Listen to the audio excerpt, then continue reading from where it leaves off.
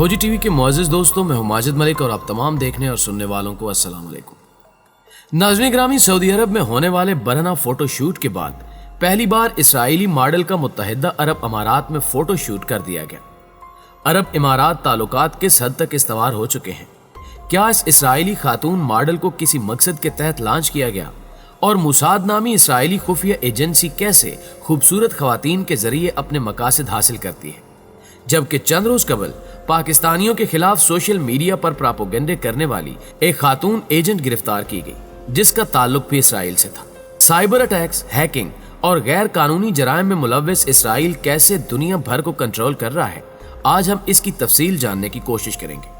मगर हस्बे रिवायत चैनल पर नए शामिल होने वाले दोस्तों से गुजारिश है कि पहले यूट्यूब के इस मुनफरिद चैनल खोजी टीवी को सब्सक्राइब करते हुए साथ मौजूद घंटी के बटन को भी दबा दें, ताकि हर नई आने वाली वीडियो की नोटिफिकेशन आप तक बाकायदगी के साथ पहुंचती रहे। मुअज़्ज़िज़ नाज़रीन ग्रामी, ये बात यकीनन आप अच्छी तरह जानते होंगे कि गुज़श्ता माह 15 अगस्त को मुत्तहिदा अरब अमारात ने तारीखी फैसला करते हुए इसराइल को तस्लीम करके उससे बाहमी ताल्लुकात इस्तवार करने का ऐलान किया था और दुनिया को हैरान कर दिया था। बाद 29 अगस्त को मुत्तहिदा अरब अमारात की हुकूमत ने इसराइल का बाइकाट करने वाला अपना कानून मनसूख कर दिया था। दोनों ममालिक में ताल्लुकात की बहाली के बाद पहली बार 31 अगस्त को इसराइली सरजमीन से उड़ान भरने वाला त्यारा यरूशलेम से अबू धाबी पहुंचा। दोनों ममालिक में ताल्लुकात की बहाली के बाद जहां मुस्लिम दुनिया ने मुत्तहिदा अरब अमारात पर सख्त तनकीद की, वहीं ये खबरें भी सामने आईं कि मुमकिना तौर पर दूसरे अरब ममालिक भी इसराइल को जल्द तस्लीम कर लेंगे।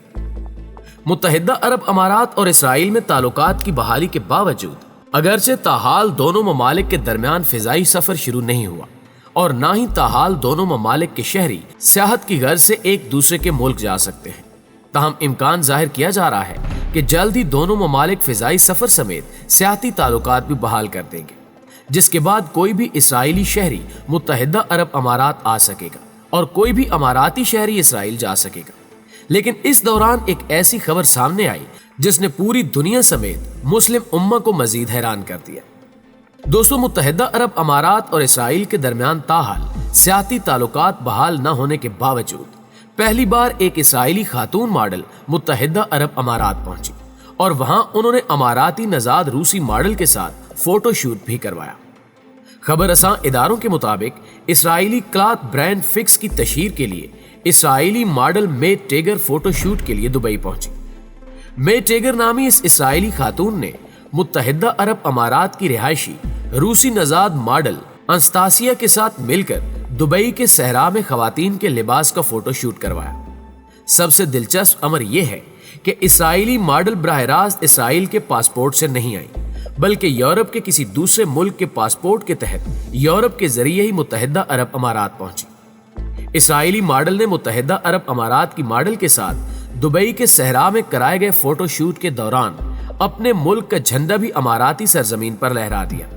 दोनों मॉडल्स की वायरल होने वाली तस्वीर में दोनों को जिस्म पर अपने अपने मुल्क का कौमी परचम पहने हुए देखा जा सकता है। पहली इसराइली मॉडल की जानिब से मुत्तहिदा अरब अमारात में इसराइली ब्रांड की तशहीर किए जाने के बाद ख्याल किया जा रहा है कि दोनों ममालिक के दौरान जल्द ही सकाफती ताल्लुकात भी बहाल हो जाएंगे। इसराइली मॉडल की अरब मुल्क में तशहीर के बाद इसराइली फिल्म और ड्रामा साजों ने उम्मीद जाहिर की है कि दोनों ममालिक के दरमियान सकाफती ताल्लुकात मजीद बेहतर होंगे और Israeli showbiz production house Dubai जाकर फिल्में और ड्रामे बना सकेंगे। प्यारे दोस्तों, आप इन हालात को देखकर अंदाजा लगा सकते हैं कि आने वाले दिनों में इसराइल किस किस्म के प्रोपेगेंडे कर सकता है। बेशतर मुस्लिम दानिशवरों का कहना है कि इस खातून को खास टास्क देकर अरब रियासतों में भेजा गया, क्योंकि इसराइली खुफिया एजेंसी मुसाद इसी तरह काम करती है। खूबसूरत खवातीन को मोहरा बनाकर उनसे मन मर्जी के काम करवाए जाते हैं, फिर चाहे किसी हुक्मरान का कत्ल हो या अहम मालूमात का हसूल, मुसाद इन्हीं ऊंचे हथकंडों का सहारा लेती है। माजी में इसकी कई मिसालें देखने को मिलती हैं, जब इसराइल ने अपनी खवातीन एजेंट्स की मदद से दुनिया के ताकतवर हुक्मरानों और शख्सियात को तबाह बर्बाद किया। साइबर अटैक्स और दीगर गैर कानूनी धंधों में इसराइल का नंबर पहला है। चंद माह कबल की बात है कि जब ये खबर सामने आई कि इसराइली हैकर्स ने भारत, ईरान और बांग्लादेश समेत पाकिस्तान के सियासतदानों के व्हाट्सएप हैक किए, जिसके बाद इन ममालिक ने अपनी सिक्योरिटी मजीद बढ़ा दी। پاکستان میں بھی اسرائیلی ایجنٹس کے موجود ہونے کی اطلاعات اکثر اوقات منظر پر آتی رہتی ہیں۔ قریباً 1 ماہ قبل بھی ایک ایسا ہی انکشاف سامنے آیا تھا جس کے مطابق ایک اسرائیلی خاتون ایجنٹ سوشل میڈیا کے تھرو پاکستان میں فرقہ واریت پھیلانے کی کوشش کر رہی تھی۔ وفاقی وزیر برائے مذہبی امور پیر نور الحق قادری نے انکشاف کرتے ہوئے خبردار کیا تھا کہ اسرائیل میں موساد کی ایک خاتون رکن عائشہ کا نام استعمال کر کے سوشل میڈیا پر فرقہ وارانہ مواد پھیلا رہی ہے۔ وہ بہت اچھی عربی بولتی ہے۔ یہ خاتون اپنے جعلی اکاؤنٹ سے سوشل میڈیا پر فرقہ وارانہ مواد پھیلاتی ہے جسے بعد میں اہل تشیع اور سنی بنا کچھ سوچے سمجھے شیئر کرنا شروع کر دیتے ہیں۔ انہوں نے مزید بتایا کہ گزشتہ عرصے سے نوٹ کیا جا رہا ہے کہ مقدس ہستیوں کے بارے میں سوشل میڈیا پر توہین آمیز گفتگو بڑھتی جا رہی ہے، جو کہ ایک پوری منصوبہ بندی کے تحت کیا جا رہا ہے، لیکن کچھ ناسمجھ اور جذباتی لوگ بنا کچھ سوچے سمجھے اس کے پیچھے لگ جاتے ہیں اور اپنا ایمان گنوا بیٹھتے ہیں۔ گزشتہ 4 اشروں سے پاکستان کو لسانی، مذہبی، مسلکی اور علاقائی بنیادوں پر عدم استحکام کا شکار کر کے تقسیم کرنے کی کوشش کی جا رہی ہے۔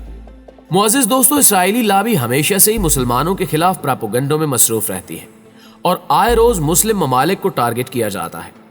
موجودہ عرب اسرائیل امن معاہدہ بھی اسی سلسلے کی ایک کڑی ہے جس کی دیگر مسلم ممالک کی جانب سے پرزور مذمت کی جا رہی ہے۔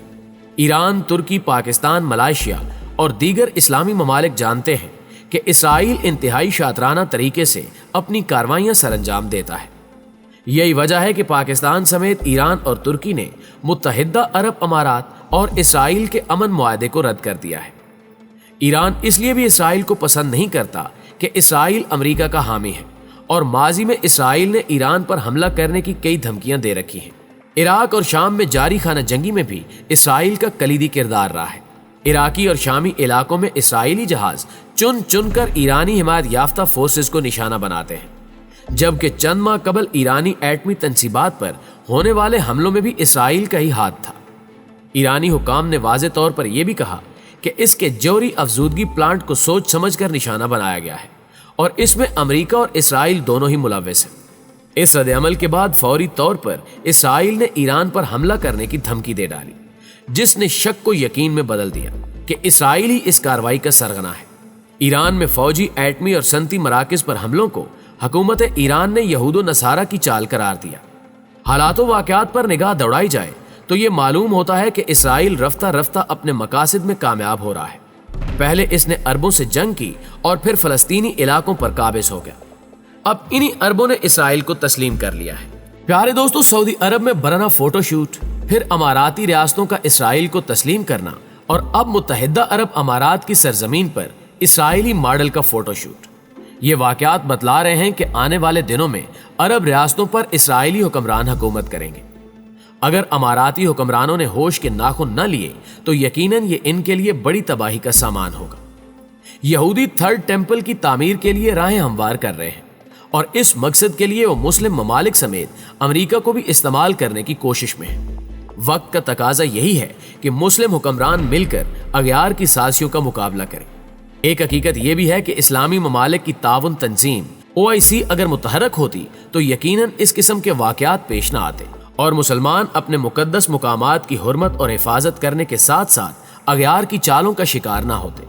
امید ہے کہ آنے والے دنوں میں پاکستان، ترکی، ایران اور ملائیشیا مل کر امت مسلمہ کو متحد کرنے کے لیے اہم اقدامات کریں گے اور مثبت نتائج برآمد ہوں گے۔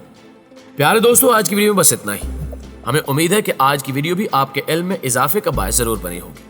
جلدی حاضر ہوتے ہیں کچھ تازہ رپورٹس کے ساتھ، تب تک اپنا ڈھیر سارا خیال رکھیے۔